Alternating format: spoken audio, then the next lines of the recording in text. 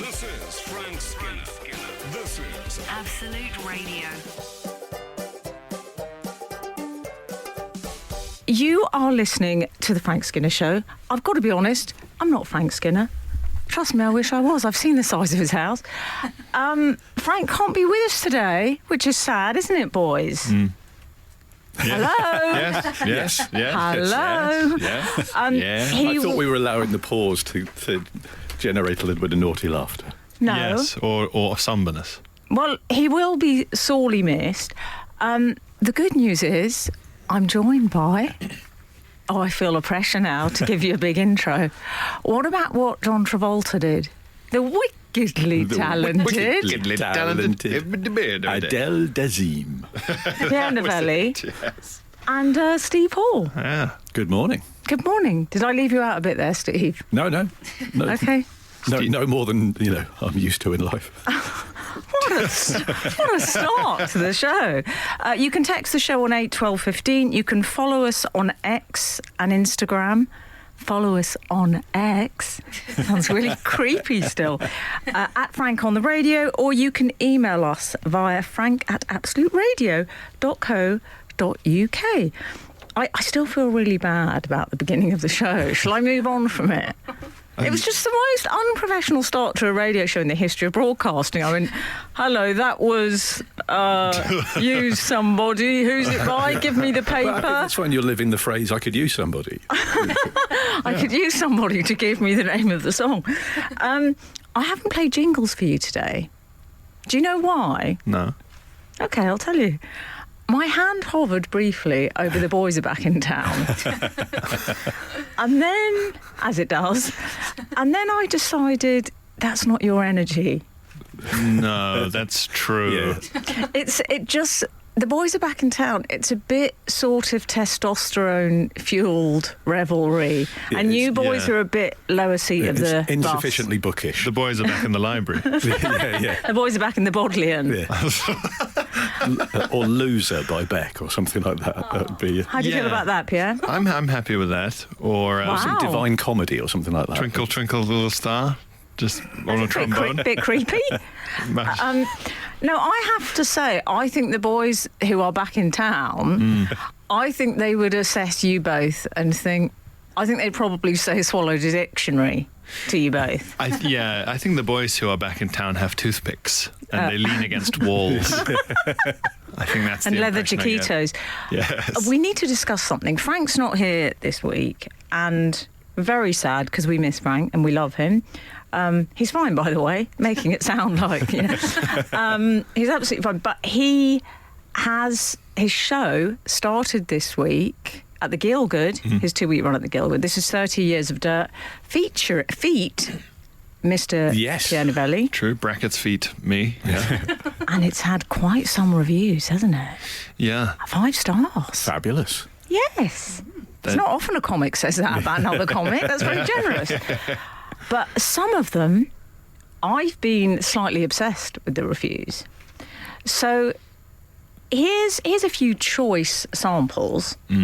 It turns out, boys, that we are working with a man, I quote, so funny, it's almost obscene. What do you think of that? Almost obscene. Almost obscene. Oh, I knew you. See, this is what I thought. I read that and thought, wow, I'm so proud of him. Frank will be sitting at home thinking, only almost. Yeah. It's also, are they just trying to be clever about 30 Years of Dirt? Yeah, They're doing I one of those presume that's references. a play on that. I know. Like if you... Unless his act has changed rapidly. Yeah. It's almost obscene. Yes. There's also number 2 review that I'm going to share with you. Our boss is also apparently a craftsman with exquisite control of his art. What do you think of that? I like it. It's a bit medieval guildsman, Yes. the craftsman. Yes. It's pleasingly wizard-like. Yeah. It's like someone's describing a sort of warlock. Yeah. And then finally, someone else said of him, wields the scalpel as masterfully as the bludgeon. Now, I think they've gone That's- full-on Sweeney Todd now. That's very nice. That's a really nice review. Again, And- potentially chilling. Yeah, and It's a terrible review of a doctor. it's the sort of thing someone would say about like Otto von Bismarck or something, or like Napoleon. It's very sort of statesman of the 19th century. I liked it. I have to say, I know we don't do praise on this show, but I'm going to make an exception because I was really stupidly proud of him reading those reviews. And contracts are up quite soon. Yeah? And that covers it? I think that's all right, isn't it? Frank Skinner on Absolute Radio. We've on the subject of reviews, we've had Simon of Sudbury has been in touch, long-standing friend of the show. Oh, morning, Simon. And he said that he and the missus saw Frank and Pierre, a.k.a. Piano Billy, at the Gielgud on Tuesday. Expectations were already sky high and well and truly exceeded. Great night. Very nice. Do you think Frank's going to be cross with turning it into a praise fest? Yes. I'm going to sneak in one bit of praise early doors. Piano Billy. Yes. Did it go well, though? Good opening night? Very good. Yeah, very good.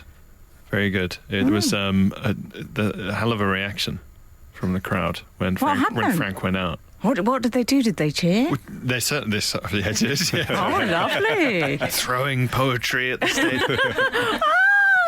Keats! Yeah. No, it was just when you get that big shout of... Well, no, it's You never know. happened to me. Well, when one hears, when you hear about it. Well, I'm coming to see it myself. Yeah. I saw it in September and it was really good stuff. Okay. I love a well-crafted review. My old sketch show we once described in a review. I thought you were going to say, I love a well-crafted man with exquisite control. Yeah, well, naturally, Yes. that's a given. But me and my sketch show, we were described as visually pitiful genius fools. Oh. Which if ever there is a backhanded compliment, That's not a compliment sandwich, is it? That's a it's sort wonderful and visually pitiful. I think it's just a straightforward backhand. There's no compliment in there. They've lost the compliment element. Boys, I want to talk to you about something. I had a bit of an extraordinary WhatsApp message this week. The content will get better. No, this was something, because I'm a bit of a WhatsApp group refusenik. Do you know this about me? You're a conscientious objector. Well, I'm not even particularly conscientious about it. I like that. You Groucho Marx. I don't want to be part of any WhatsApp group that would have me Do you know as what? a member. Yeah, do you know what I don't like? I don't like the element of surveillance. I don't like the fact that every time I pick it up, it's seen 12:32, Yes. read 1943, and I just think, this is like the Bourne Identity. I feel permanently watched, and I don't think it's natural for people to know my movements, No. if that makes sense. It does. I don't like it. Go away. How can I lie to people and say, oh, I didn't see it, didn't Yeah, see 'cause your the fact that message, it- my and- phone was switched off, if they're going to be telling them the truth? That's And, true. and it even says when you're online. Yeah. Oh, yeah. don't. That's a whole other thing. So I've never really liked it. I also don't like the fact that you're sort of pressured to reply in these short form, snappy, Coolio, Gen Z sound bites. Because I'm dear sirs, return, carriage, return. You don't get that with letters. No. When someone's opened it and read it, they don't No. fire a gun in the air. And I send... You just open a letter and it's just a picture of a thumbs up. I send quite blocky, large sections of text. I send missives. And I know that everyone on these WhatsApp group is looking at mine, my big block, my big skyscraper, thinking, OK, boomer. Yeah. Taking up half the screen. That would be an excellent app for old-fashioned people, and the app is called Missives. Sorry, Steve, just And it- four oldfashioned people. You were just talking about me just then. I'm You including said, myself. four oldfashioned people, just to recap. Yeah, I think if I speak any further, the hole I'm digging will get deeper. But yeah, I think... But yeah, old-fashioned in the good sense. No, that doesn't sound any better. Yeah. Do you think Yes. we should close the hole briefly? With a tarpaulin. We'll cover it up. We'll revisit Okay. it. Okay. Frank Skinner on Absolute Radio. Take your time, Red Hot Chili Peppers. That's Under the Bridge. Going out to all you trolls out there. Original trolls. OG trolls. Trad trolls. I'd buy those dolls. Trad trolls. A trad troll. Yeah. Do you think trolls have to say, sorry, just so you know, I'm the original troll. I'm the benign troll. Yeah, I'm off grid. I'm offline. I'm a troll IRL. How many types of troll are there? 8, 12, 15. David Baddiel can help us. He did a show did a whole about show this. about trolls. Because I'm confused, Pierre. You'll know about this. There's trolls with the sort of wild hair and no clothes. The pencil trolls. Yeah, and strange goggle eyes. Yes. Are they connected with the ones that live under the bridge?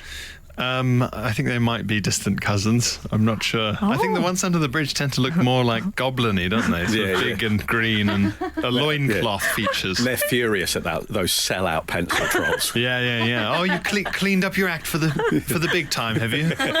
Too big to live under a bridge, now you live on top of a pencil.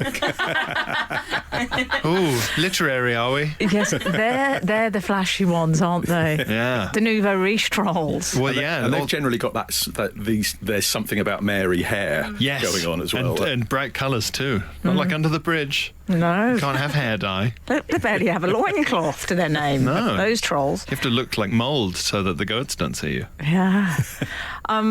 Anyway,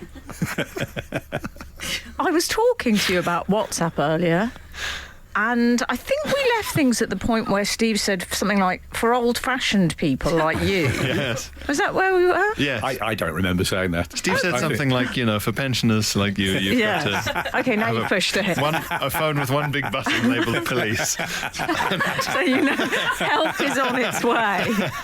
Yeah. Oh, that ship has sailed, my friend. Just next to the sideways opening bath. Yes, yeah.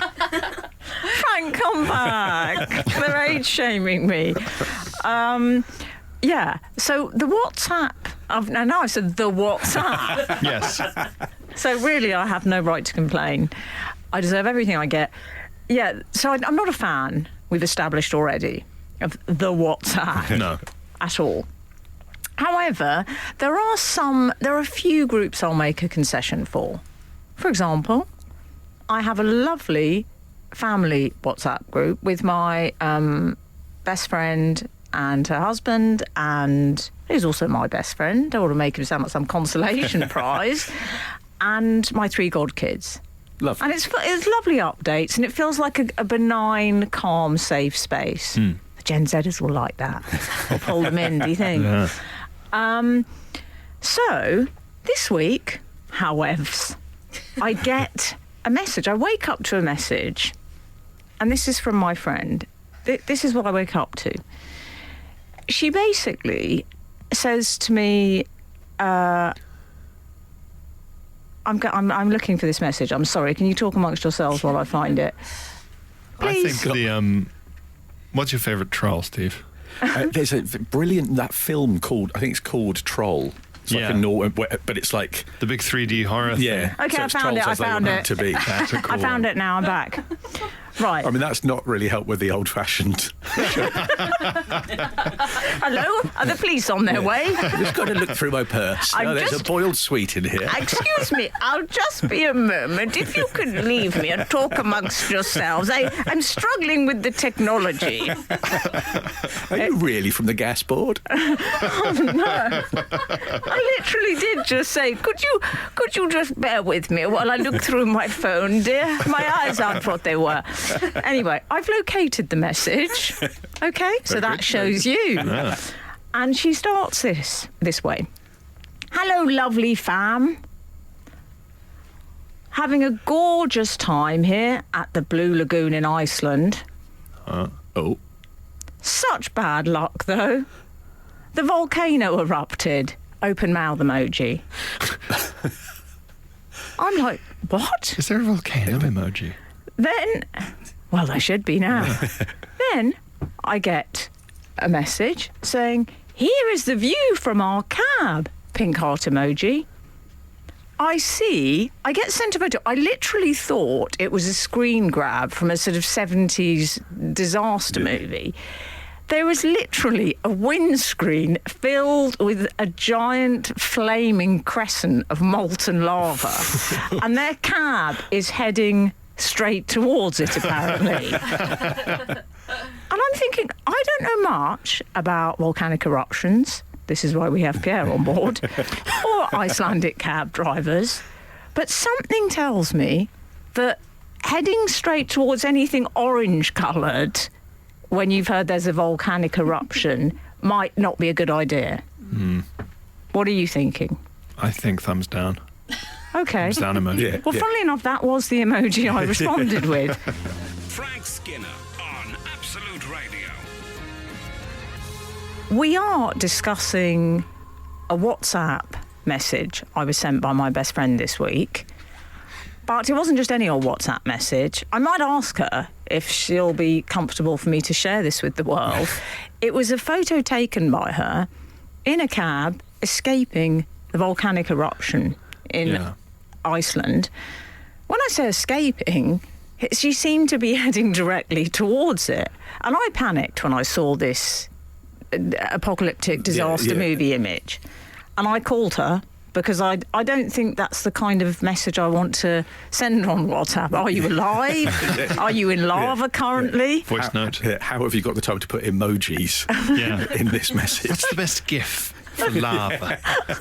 By the time I found the GIF, I mean, who knows what could have happened? So I got straight on the phone. I thought, do you know what?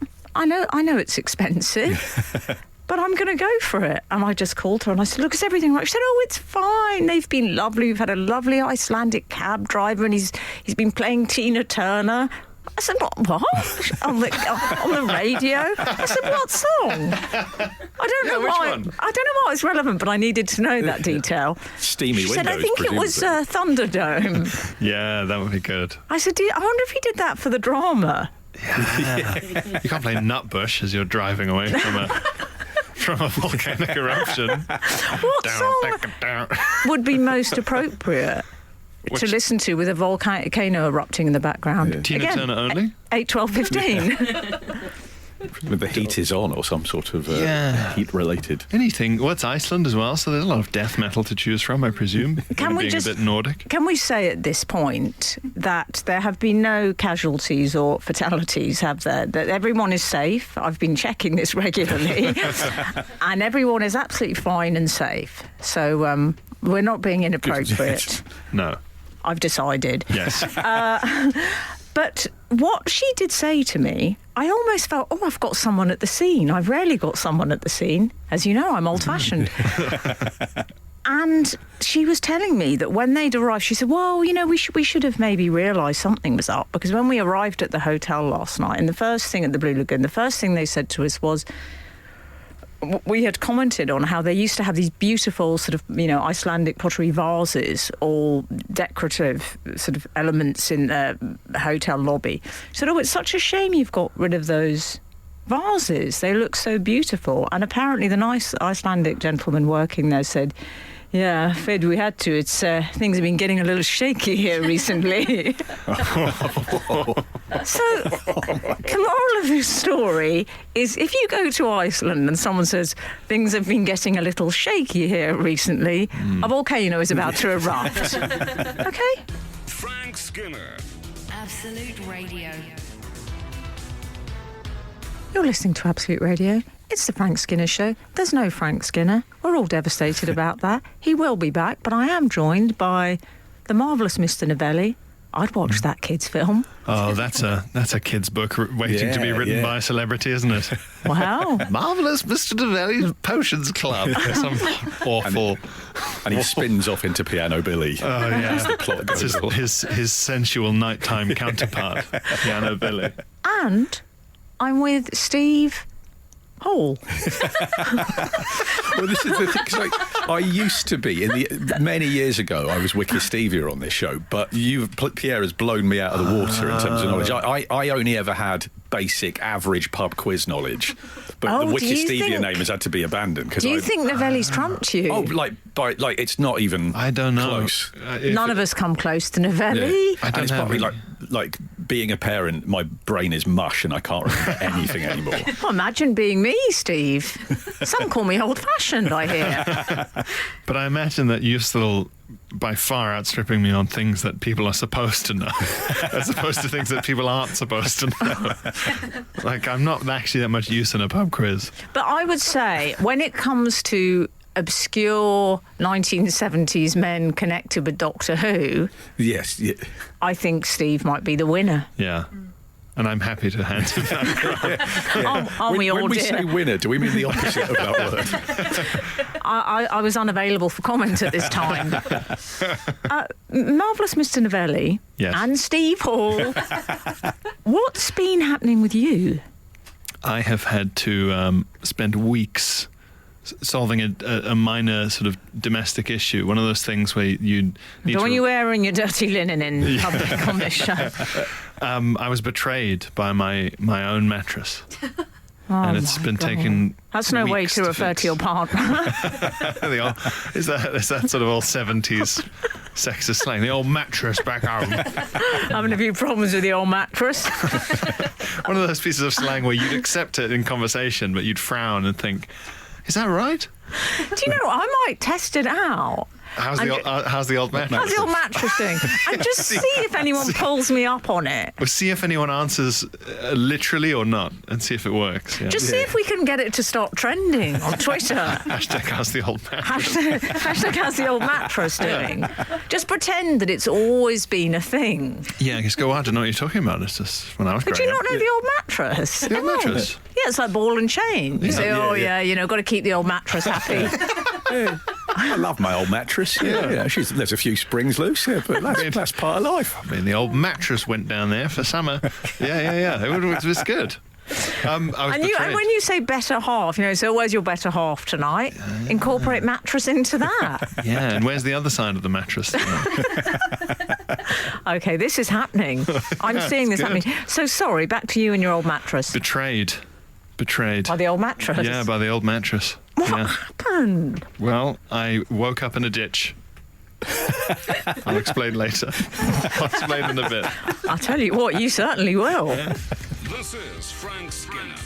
This is Absolute Radio. Please, by the way, do get in touch with us.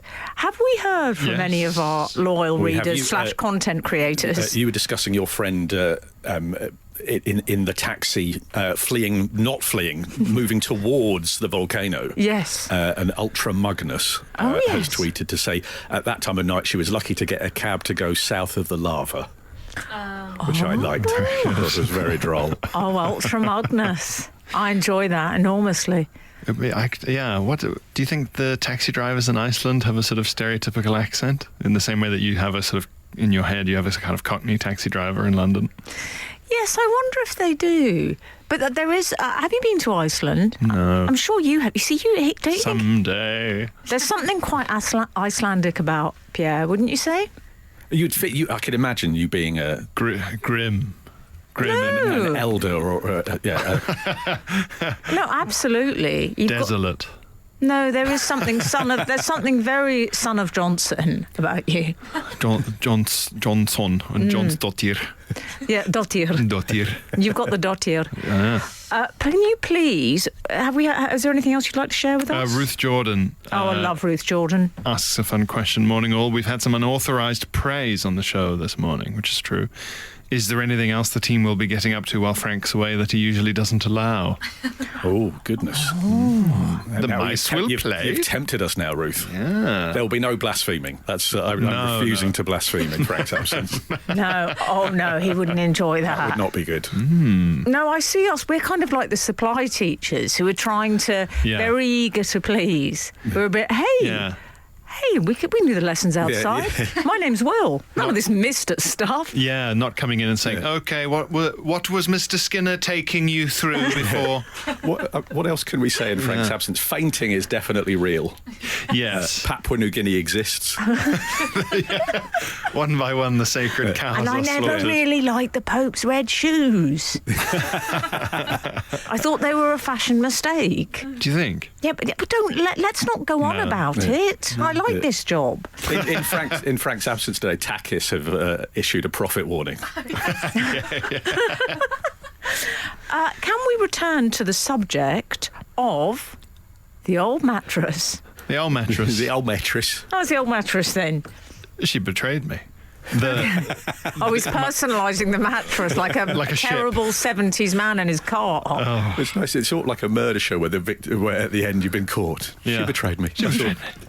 So tell us more about that. Tell me more. Did you get very far? Well, I woke up in a ditch, as I said, but the trouble was that the ditch was also my mattress. Oh, Explain. no. I'm a very, very heavy man. Need I say more? I'm a very, very heavy man. And I thought I had bought the sturdiest commercially available mattress. What did you go for? You need the special Henry VIII. Well, I'll tell you. Will you? Yeah. Oh, well, don't hang about. Don't leave us on tenterhooks. You bought the sturdiest. How do you know it was the sturdiest commercially available? So much research. It wasn't my first rodeo, yeah. I'm a very, very heavy boy. I want this to be a long-running catchphrase. I'm a very, very heavy boy. The marvellous Mr. Novelli. Ladies and gentlemen, will you welcome? You've loved his catchphrase on TV. I'm a very, very... And I can imagine there's... What am I? A very, very heavy boy. Yay! I can imagine them also, maybe when they're doing they'll put you on the front cover of the Sunday Express magazine, and there'll be a picture of you, and they will be doing a pun, won't they? Yeah. He's not heavy, he's my brother. That's what they do. Yeah. When I discover my long-lost brother. Now it's getting a bit complicated. No, yeah. We gave you a catchphrase. Do you know what? Just be happy with that. Okay? Okay, Pierre? Okay. Get a bit sulky. Get a bit sulky. Frank Skinner on Absolute Radio. Pierre Novelli Yeah. was telling us about his mattress woes. Being a and very the fact heavy boy. That he's a very heavy boy. Yes, and I am. So I thought I'd found the mattress for the heavy boy. Heavy boy's choice. Oh. And I bought it with that in mind. Because I thought, you spend half your life on your mattress. Speak for yourself. And if you're very heavy, then it needs to be able to deal with that. And I genuinely, I'd never do this. And I, as part of growing up, I've been trying to be more of an adult and do research into important purchases. So I really did find like lists and articles. So I really went for it, research-wise. And this thing just completely let me down. Within a month, I was waking up in a sort of divot. Oh, Wow. Of my own making. What is it, king size? Yeah, but I would wake up in a... Or for you, that would be normal size. For me, Was it king size or was it King Henry VIII size? it was Henry VIII size after I'd slept in it, because I woke up in this sort of bum ditch. This kind We've of all mad... been there, dear. This mad I'm divot. imagining you in when Wile E. Coyote has fallen off a cliff and it's just the inference. It was more like, sometimes when in a movie an actor has to be pregnant for a bit of the film and they wear a sort of mad fake rubber belly. Yes. One of those would have slotted perfectly into the indentation, like a pot filling a really? pothole. I considered buying one for a bit just to fill in the mattress hole. But I would wake up in this ditch and it was wrecking my back because I was sleeping But hang on. Yeah. I just want to pull you up here. Yeah. Well, I needed someone to pull me up. Oh, you did. Some sort of a winch.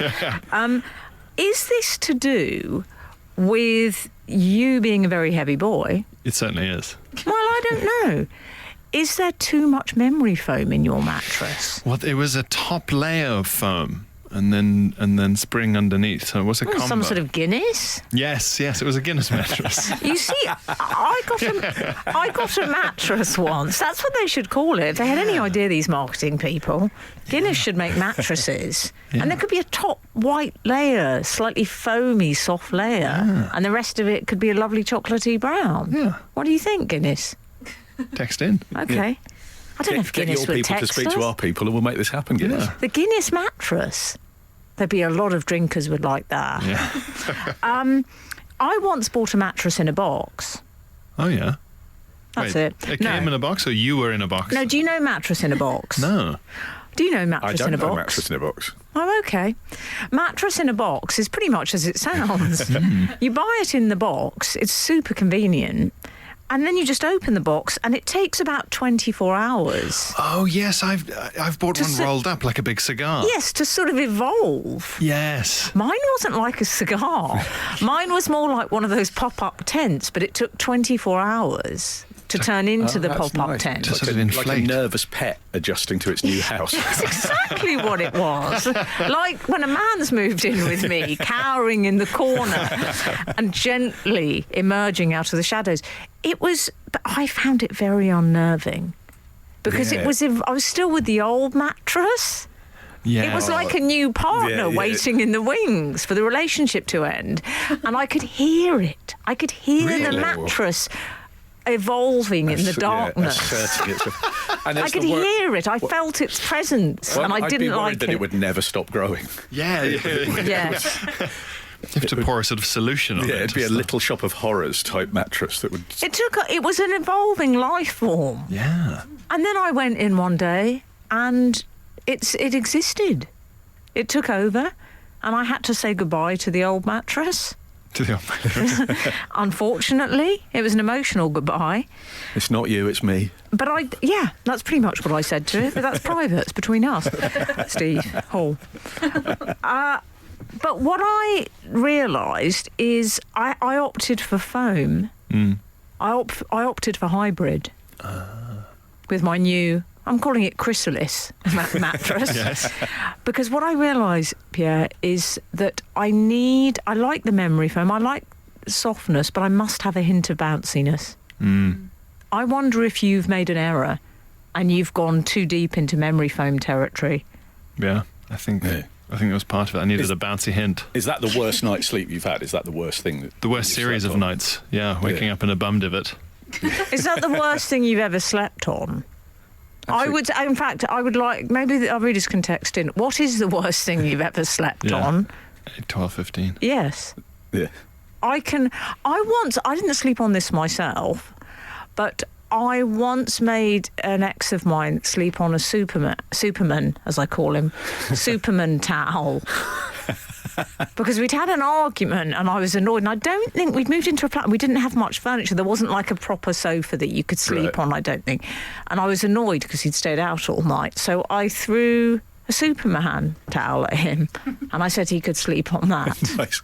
I like it's like you call it the naughty step. You've got to sleep on the Superman You've got towel. to sleep on the Superman towel. I'm sorry, if you will stay out all night, it's the Superman towel for you. Frank Skinner on Absolute Radio. We were discussing the worst night's sleep people have ever had, and Adam has texted to say, "Morning to the reserve team." He kicks off with, Okay. says, Still got our tabards on. Yes, but there is something of the tabard wearing high-vis merchant about us this High morning. knee jogging. Getting Yes, ready. we are, aren't we? We've got something of that about us. And Adam says, on a rugby tour, I swam out to sleep on a fishing boat. I slept on the nets and found out I was allergic when I woke up looking like Veruca Salt. Allergic to netting. Sleeping on the fish netting, though. Yeah. I quite like that. And What is he allergic to in the netting? yeah, I did. Just plastic en Maybe it's- general? Maybe it's the fish. The residue. Yeah, maybe it's the residue. Let's hope so. Or We're to the gonna- end of his S&M career if he's allergic to netting. And German Fleet on Twitter has said that his cousin once woke up after a drunken night out to find he'd slept all night in a putting green sand bunker. Oh, I like I that. can imagine might be a nice place to sleep. Cozy. Well, not if you wake up with Donald Trump's face looking over Leering you. over you. It'd be like waking up to the volcano. There's orange everywhere. As far as the eye can see, molten lava in front of you. I should say I feel to be even addressing this subject. I mean, Frank Skinner has already won this hands down, Yes. given that he once woke up on a central reservation Yes. Yes. And And the he various is- waste ground episodes. on the form of his life. Currently, the Times, 5 stars. Okay. To put the mattress issue to bed, The old mattress. the old mattress, I did even more research after I kept waking up in a bum ditch in my mattress. Mm-hmm. And turns out that I'm actually heavier than the average sleeper is expected to be at the maximum range. Like, Really? the most that a mattress company would expect a person to weigh is How- about what my would- goal weight at the moment. What were you Googling? How heavy How average heavy sleeper? mattress? How heavy mattress America? How heavy mattress Texas? Well, if I you're was trying to getting get the into heaviest America, possible. that's a whole different But I ballgame. knew that America was the country to solve this for me. None Oh, of these yes. thin English men with their little spectacles weighing them down. No, I Steve needed is sitting right here. I needed mattresses from a country where everyone has meat for breakfast and You need milkshakes mattresses for lunch. from a country where I told you this, didn't I? When I went to Mexico on holiday with my sister, and we got on the tour minibus, and the woman said to the charming guide, "Excuse me, we have an hombre grande with us. He's going to need a little extra help." I needed Ombre Grande. Yeah. And I got an Ombre Grande mattress from some weirdos in King's Lynn in Norfolk who forged me a sort of Fabulous. a sort of bulletproof Were they wooden craftsmen? bed. They were craftsmen. I imagined it like that scene in Lord of the Rings where they're all pouring metal into the I like there's an element molds. of challenge Annika to it. Like we're gonna make this happen. Yes, exactly. Yeah. This guy needs a bed, and he's so heavy. Yeah. And then a sort of like at least a team of hundreds of people assembled at the end in high-vis tabards crying. Yes, exactly. Yeah. We made the mattress for Pierre. Just- And I just want to say thank you, Nick Knowles, and all of the team. Or just loads of workers with ropes and sort of shirtless men forging this this kind of teams of people dragging it with ropes like in Les Mis from this always be a slave. They made me a bed. And it's bulletproof, It's this very, thing. I carried a watermelon. They made me a They bed. made me a bed. New catchphrase. Frank Skinner, Frank Skinner. Absolute Radio. Now, I would love to talk to you about matchsticks and the Eiffel Tower. That doesn't surprise me, Steve Hall. It seems very you. Yes. Yeah. I've been gripped by this story, this unfolding drama this week. I don't know if you saw this story about a Frenchman called Richard Plod. I'm not sure how that Plod, who spent 8 Plod. years building a massive 23 Sorry, foot. I'm still stuck at Pierre saying blood under his breath. It sounds like blood. it sounds like a Frenchman like Superman. It sounds like a Frenchman sort of laughing at a British policeman. Hello, blood. What that we hello, plod. We must scarper. It is the old blood, the old bill. When like a foreign person has learned vocabulary a generation older than they should have. Yes, absolutely. What if a blood shows up? We will have to scarper. And can we say Pierre, with a surname like Novelli, is allowed to make these jokes? Yes. And I thought, Novelli's Italian, Pierre's French, so I'm covered for two silly accents. oh yes, you're right. I can do some Giuseppe hand waving as well. I've offended the French, the Italians, and possibly some South Africans out there. I do apologise to all three nations. But yes, I saw this about Richard Bleu. Richard Blood. Richard. Oh, sorry. I All don't know. right. I'm guessing. So he spent 8 years building this 23 foot model of the Eiffel Tower. 8 years of his life. Do you like that Pierre's laughing and Steve's thinking nothing to see here? Perfectly normal. And obviously, he seemingly had done it to break the world record. It didn't appear to be he was doing it for the love of the matchstick game. It appeared to be he was hungry for the glory and nothing else. People are in it just for the titles these days. It's a real So shame. This was the Eiffel Tower. It took him 8 years to build. Am I right in saying he wanted to build Yes. the world's tallest structure using Yes, and matchsticks? it took him 8 years. He used 23 kilograms of glue, which I presume is why he thought it was a good idea, because the fumes had affected his judgment. But also, didn't the actual Eiffel Tower, didn't that take about 2 years to build? So he's basically taken 6 years longer to build a matchstick Eiffel A Tower. much more flammable Eiffel Tower. Some might suggest a much more vulnerable structure than the actual Eiffel Tower. And then it was not accepted initially as a world record because he had used the wrong sort of matches. Because he had got bored of cutting off the red sulphurous tips. And haven't we all, dear? The quote was he realised that cutting off the tips would be a long and tedious process, whereas obviously the rest of it is an absolute delight. Hang on, Plod. Hang on, Plod. He also, I find it a bit strange that I imagine if you're going into any sort of Guinness World Record, or as I believe they like to be called now, in a slight youthful rebrand, GWR. Yes. Hello, GWR. Which I think of as Great Western Rail, yes. No, but they call themselves Guinness World Records, GWR. I think it's a bit strange that it suddenly struck him, I don't know if I can be bothered. I think if that thought process ever enters your head, maybe trying to break a Guinness World Record, you're not the right man for the job. It's an odd place to draw the line. Well, obviously, I'll make an Eiffel Tower of matchsticks, but I'm not snipping the ends off matchsticks. That's boring. What do you think I am? Some kind of loser? I can't believe how dare you suggest that. I think that's a lovely place to go into a break, Steve. Frank Skinner. Absolute Radio. Absolute Radio. We are discussing the Eiffel Tower matchstick. Mr. Plod. I called it the Eiffel Tower matchstick. That doesn't actually make any sense. That would be a matchstick as big as the Eiffel Tower. Yeah, I meant to say the Eiffel Tower constructed of matchsticks. Yes. Out of matchsticks. And it didn't initially, the Guinness World of Records, they rejected it, didn't they? They did, because it wasn't made of commercially available matchsticks. It was deemed invalid. And then to rub it in for poor Monsieur Plod, his wife then achieved the world record for the longest and loudest laugh of all time. But it was because he didn't want to snip the ends off the matchsticks, which is fair enough. Well, because he couldn't be bothered, according to Steve, which again I think might rule him out of the necessary nerdishness required. Well, so he started ordering sort of raw matchsticks from the factory in massive boxes. I wouldn't be at all worried if my partner was doing that.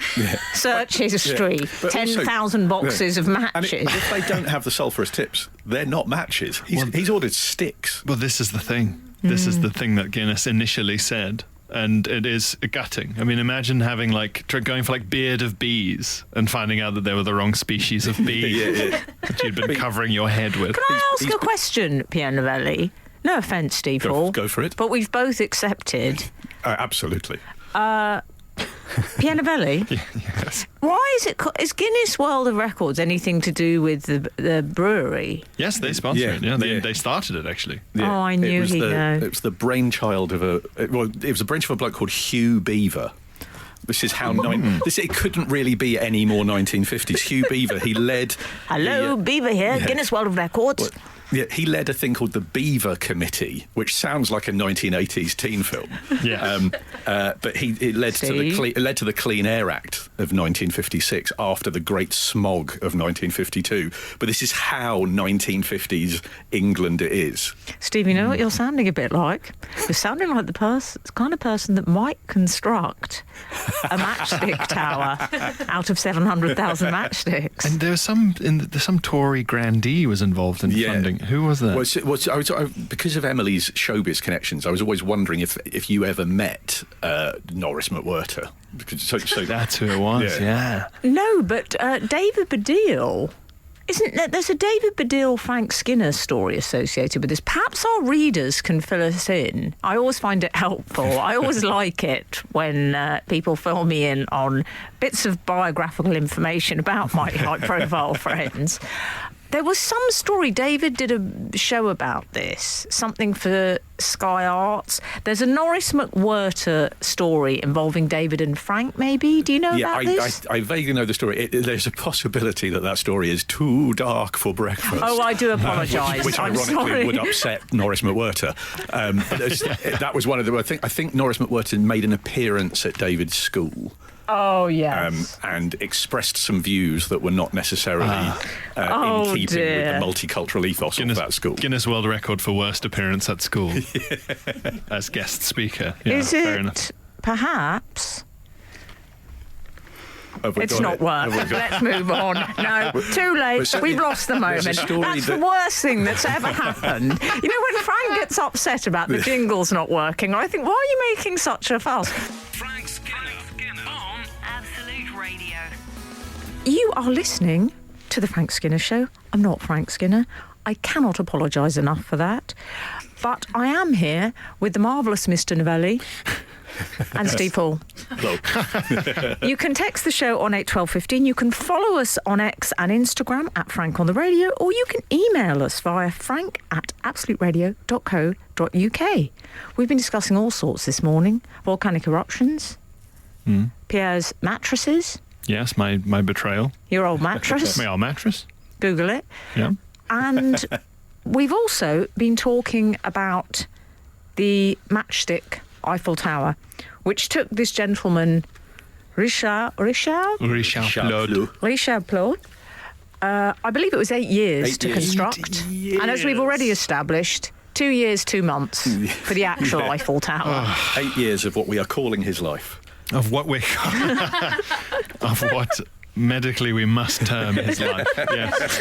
Well, So We should stress it's not the same size as the Eiffel Tower either. It's 23 feet tall. I think it's like 145th or something. How like tall that. is that? Give me something to compare that to, boys. 7 meters. It's 4 doors. Oh, I like that. Do you know what? I can work with that. Oh, that's up there with I'm a heavy boy. Isn't I'm a it? heavy boy. It's 4 doors. I mean, what kind of doors are we talking? Are we talking the Brunelleschi doors? Yeah, box standard. Oh, we're not talking cathedrals. No. They're high, those doors, aren't they? They have to get them specially made by the same people who made my mattress, I think. people wearing sort of leggings and smocks. Pierre, what's your favourite cathedral doors? My favourite cathedral doors? Oh, it's got to be Durham every time. Okay. Yeah. Oh, that's a belter, yeah. I was in York. I walked past the Minster last week in York, and that's a beautiful thing. But what are the doors like? The frontage is all very well. Did you notice the doors? So anyway, this matchstick chap, wouldn't he hate it if I referred to him in that way? This matchstick man. Yes. I felt the matchstick man I don't know, I didn't feel entirely comfortable with this story. And can I tell you why? Because originally, hello, GWR, the Guinness World of Records, when he submitted his entry, they rejected it, as we've established, because they said, you've used the wrong matches. Yes. Essentially. On a technicality. Yeah. Or as I call it, the rules. Yes. Okay? Or one of them just thought, wouldn't it be fun to break this man's brain? Yeah. What if I destroyed this man's mind? Let's have a little bit of chaos. Okay, I'm seeing a little bit of a division arising here in how we view this, because I took those as the established rules, which you're meant to work within, okay? Which he broke, willfully, knowing those rules. And the Guinness World of Records said, I'm awfully sorry, and I imagine they are the type to say awfully. Yeah. I said, I'm awfully sorry, it's just not going to work, I'm afraid. And they rejected it. So what did he do? He went on X, and he left a salty tweet, whatever you call. What do you call a tweet now that there's no such thing as Twitter? An exec. Yeah. A post. He left a post on X. And he loves posts. Anything made of wood, any structure. And after this, the Guinness World of Records did a complete volte-face. They did. They said, oh dear, we cannot apologise enough for the distress caused. Distress. Actual distress, they referred to. He said, well, it's been an emotional roller coaster, but I never lost hope.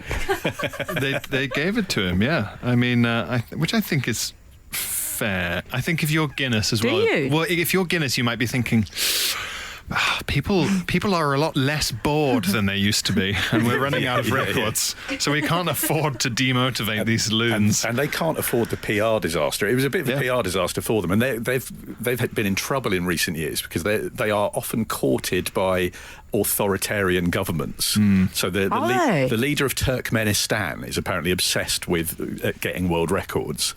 And Guinness have gone along with it. So the leader of Turkmenistan, their country has the world's largest Ferris wheel and the world's largest horse head statue.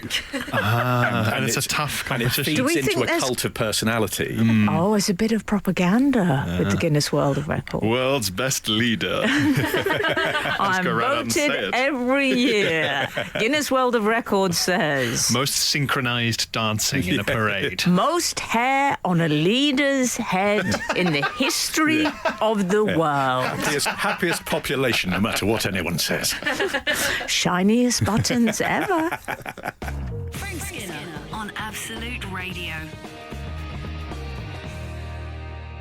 We've heard from the outside world. Have we? What did they say? The wonderfully named Elvis Precisely has That's tweeted good. to say, "Morning all. According to Alexa, today is the 900th Frank Skinner show.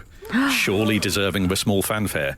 He said, "I also realise I've been listening too long when I involuntarily sang Mattress in a Box. I know, it's serious." It's happy anniversary. Oh, thank you, dear.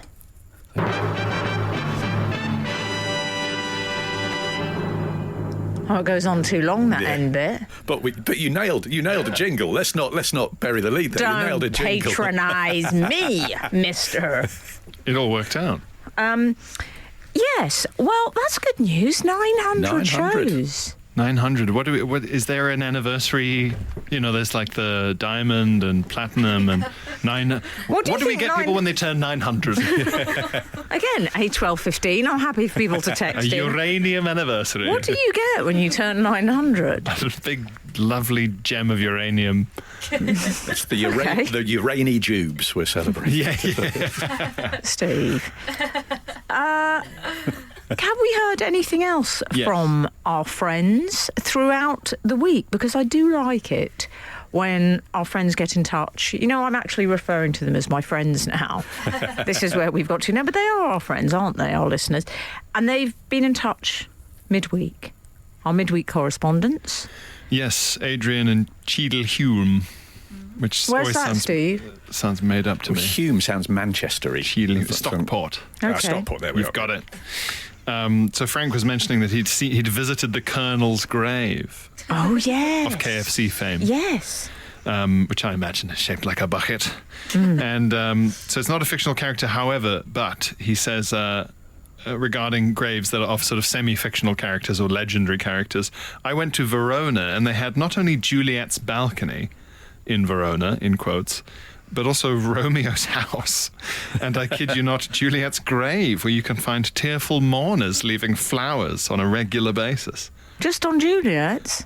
Bit Yes, sexist. bit sexist. Also not real. But can you imagine the American high school English teachers leaving flowers at that grave? Oh, yeah. Oh, a lot of laughing at completely obscure puns happening in that demographic.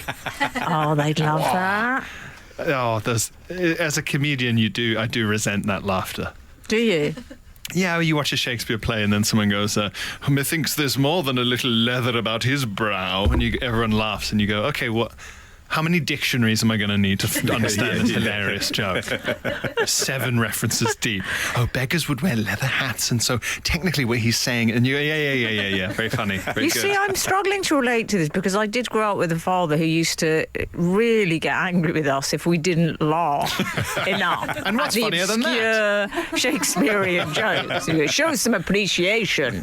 That's how jokes work. You decide they're funny and then you choose when to laugh. I would cringe where there'd be some really obscure, like, aye, but sir, and my father would be going, ha, ha, ha. Oh, awful. But yeah, actually, Adrian in Cheadle Hume says, have any other readers visited similarly oddly fictional places? Yeah, or sort of fictional sites. I've seen a sort of every now and then you get like a sort of a statue of Merlin somewhere, or King Arthur or something. I can't bear it. No. It makes me feel so sick It really does. It's like things like that Harry Potter platform. Well, that's the big What do one. you mean? It's That's not the big real. one. That's the big one of That's our true. time.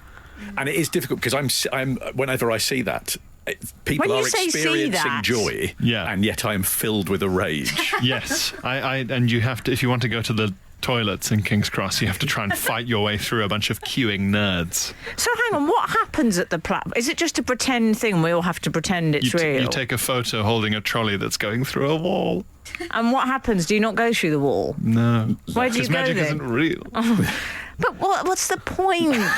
It's just a waste of life. And it's when it's the same photo again and again and again. There's nothing. Just Photoshop yourself in. I don't know if anyone's thinking like maybe this is going to be the one. I'm going to go in. Just go to. There are lots of real magical places you can go to, Yeah. aren't there, Pierre? Yeah. Go to a lovely cathedral with Pierre. Look at the doors. Look at the doors. Frank Skinner on Absolute Radio. We are in the studio with Steve Hall and Pierre Novelli. Oh, good morning. Bit late in the day, mate. It's been 3 hours. Yeah. And I want to know what's been happening in the world of Steve Hall. Thank you. Well, we were talking about bad night's sleep. I've been on tour with Mr. Steve Williams, erstwhile of this parish. Lovely. And it's been lots and lots of fun. Every now and then we find ourselves in a big city on a Saturday night where hotels are expensive. Yes. And I have been, given that I have children, I've been trying to stretch the pennies as far as I can. And if you're a member of a theatre union, God bless Equity, you can sign up to certain theatre digs sites. Oh, yes, of and course. save yourself a large amount of money. So I've used the official ones, and they've been brilliant. Really? And I went Maverick in York last Saturday night. Yeah. I found for £25 cash, I found a place to stay. And we were discussing the worst night's sleep anyone's ever had. That was my worst night's sleep. As soon as I entered that flat, every penny that I didn't spend started laughing at me. Because I was on really? top of a child's bunk bed with one of those Do you know- office units that kids would have underneath. So you had Oh a my desk for God. any writing you wanted to do. yeah. You didn't have a desk. I had a desk, but I had the rickety. I'm 47 years old, so climbing up this child's step ladder. Imagine Pierre. Yeah, I'd like to see you at the top of the child's bunk bed. I'm five. Face scraping against the ceiling. I'm 5'10", and my Because feet you're were tall. hanging over the edge of the bed. And every time I moved, the whole thing was wobbling. So I was having images of just going through several floors. Was it like sleeping on a ship in a storm? Hang on, I was your friend seasick. Steve Williams, was he on the lower bunk? Steve is willing to spend more money, so Steve found a nice hotel. Just a travel lodge. And I was texting him, going, I'm genuinely fearful for my life. I think I'm about to collapse through a bed. And there was on the table in my room there was some nuts and bolts and a latch. And When you say my room, I like that you're trying to dignify it. What you mean is your child's bedroom. Yeah. Did you feel like a sort of very lazy burglar? You go, well, I'll just lie down. Oh, a little lie down. It was. I slept in my clothes. It was that bad. And there was a latch. And they when I checked in, they said, "Oh yeah, we were going to attach that to the door to give you some privacy, but we didn't have time." We didn't have time. Didn't have We were time. rushed off our feet building your bed. And your desk area with angled poise lamp for you to do all your revisions. Did you have a little easel? It was. There were a few things that were clearly from whichever child had used it. There were And maybe some cuddly nice toys dotted dinosaur. Stickers. Yeah, dinosaur stickers Yes. glow in the dark on the ceiling for you. I had a similar experience where I had to sleep in a single bed thing that was I checked in. I talked to a lady in a doorway for a similar sort of Concept £20. checking in is somewhat different checking now. in. Are you the person? Yes. Checking in is now, hello. Yeah.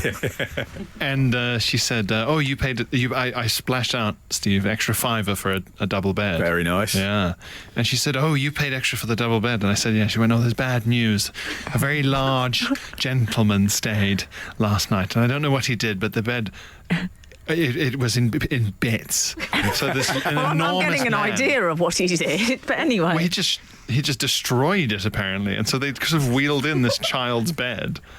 for me to sleep in, and they'd done a creepiest thing in the world. They'd placed it in the exact centre of the room. The bed wasn't touching any wall. Oh, Very exorcism. There's something very Stephen King about that, isn't there? I walked in and I went, ugh. I bet there was horrible, creepy horror film music. yeah, there's a way it would levitate halfway through the night. Oh, I don't like that. Something about the child's bed. Yeah. I mean, bunk beds in general have always slightly given me the creeps. Even when I was a kid, I remember being sent on I say sent, I mean, I elected to go, but it was one of those children's holiday camps. You know, Right, where you'd be yes. sent away, and it was those wonderful, darling. You'll do loads of activities, crafts, performance. Some outdoors things as well, apparently, that other children do. And then you realise your parents just wanted to go out to parties and things and wanted to get rid of you for like 2 months. But you know what? As soon as I turned up, I remember just seeing the bunk beds and my heart sunk. I thought, how am I meant to work with that? I don't want some random on a bunk. What am I, a sailor? I'm sorry you had to go through that, Steve. I think you deserve better than that. Thank you. What do you think, Pierre? Maybe. Frank Skinner. Absolute Radio. Steve Hall, you were Yes. telling us about your, I've got to be honest, somewhat tragic night on top of a child's bunk bed. Yes, that was traumatic. And then the second worst night's sleep I had, we travelled to Australia for a month over the Christmas period. And we went saving pennies because the Christmas flights were expensive. We went via Vietnam Airlines. Oh, how was that? Which is always you should never book a thing that could be the title of an Oliver Stone film. Yeah. And we had a 14-hour layover That's got me cancelling my platoon tour. My magic bullet train. It was a 14-hour layover in Ho Chi Minh City. Whoa. And if you're a British passport holder, you don't need a visa to enter Vietnam. If you're Australian, as my wife sounding a is, bit Brexit. you need a visa. So I was They saying don't to my trust the wife, Aussies. I was saying to my wife, for several months, you need to sort your visa out, and she kept saying, no, it's fine. I've got more important things to do. They say it'll turn around in a week. They were all chilled Just out. FYI, Steve Hall is married to Paul Hogan. And You call that a visa? and so you Well, you can- flaming mongrel. and I was saying it's not necessarily the most bureaucratically swift of nations, so maybe do. And she got angry with me. You can see where this is heading. We arrive in Vietnam. Her visa has not come through, but we hadn't told the kids because we didn't want to upset them. No. And all of a sudden, she is detained at immigration. Which isn't remotely upsetting or traumatic. With me having to not say the words "I told you so." How late did she leave it? Maybe 3 days before we flew. Oh, Oh, that's cutting it to the wire. Yeah, so it what was. kind of incredible bureaucratic efficiency was she hoping for? Do you like the way Pierre and I like the way we reacted to that as if we were visa officials and knew all about it? And how long did she leave it? May I ask? Cowboys, mate. So You don't want to do that. She had 14 hours on her own in Ho Chi Minh City Airport. Fun. I took the kids. We got a nice hotel. The kids had a swim. I Oh, had hang a little on. Sorry, sleep. you left her there. Oh yeah, absolutely. I think the Vietnamese border police left her there. Hang on, you abandoned her Yeah. and went off and had a swim. Yeah, she never got to enter Vietnam at all. We had a nice time, and I now call her Miss Saigon. That's great. Am I crazy? 14 hours in an airport on my own? Sounds pretty good. Yeah. Sounds pretty good. You get Have a lot of moved on- breakfast. You get moved on. You're only allowed 2 hours in a lounge at any one time. So she was being moved on like the littlest hobo. She moved from place to It's place. like it was a Tom Hanks film. Yeah. What was it? Terminal. Terminal, yeah. Yes. Oh, so she was literally living in the airport. She will have slept in some funny places. Yeah. I don't wish to suggest anything untoward about your relationship there. But I bet she ended up on some hard surfaces. Yeah, oh, absolutely. She would have loved a bunk bed. Yeah, she'd have dreamed of a bum divot. and yeah, I resisted saying I told you so. I mean, admittedly, I have saved it up and talked about it on national radio now. Content, baby. I think it's very kind and sensitive the way you've dealt with this. And I particularly like the idea of you frolicking in the pool with cocktails whilst your wife is stuck in an airport terminal being heavily questioned by Vietnamese officials. Marriage. Frank Skinner. Frank Skinner. Absolute Radio. boys? What's happening? We discussed the other day. Oh, I discovered rather, thanks to you and Frank, Emily, Biffo the bear, who looks like a sort of disgusting, long, half human, half bear. Well, awful, disgusting face. All right. Imagine being called disgusting face. If I saw Biffo the bear anywhere outside of Chernobyl, I would Wow. I would immediately reach for a gun. I hope that anyone from the bear community isn't listening. No, I mean the real bear community. The real bears. No, what we discovered, Steve. Have you come across Biffo the bear's work? I'd heard it on the show. It was one of those names I was aware of, and I knew there was a connection to the Beano. Yes, but I realised. Well, you knew Biffo the bear was one of my showbiz contacts. I realised I'd never actually seen his face. Have you seen it yet? And I have now seen it. And he has rather human. He's got veneers essentially and a bare face. Yeah, he's got horrible turkey teeth. The bear. He went to Turkey with the Love Island contestant with his Beano money. He got all that Beano money. Yeah, and he went for one of those package cosmetic dentistry tours. He's going to be on the sidebar of the Daily Mail under the GC.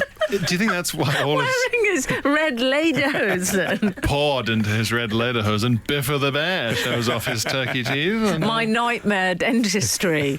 Maybe that's why his limbs are so long and thin. It's all cosmetic surgery. He was sort of the arge of his time. Horrible. But at some point, the Beano had a meeting and said, "What if there was a sort of charming prankster little boy instead of a disgusting bear mutant?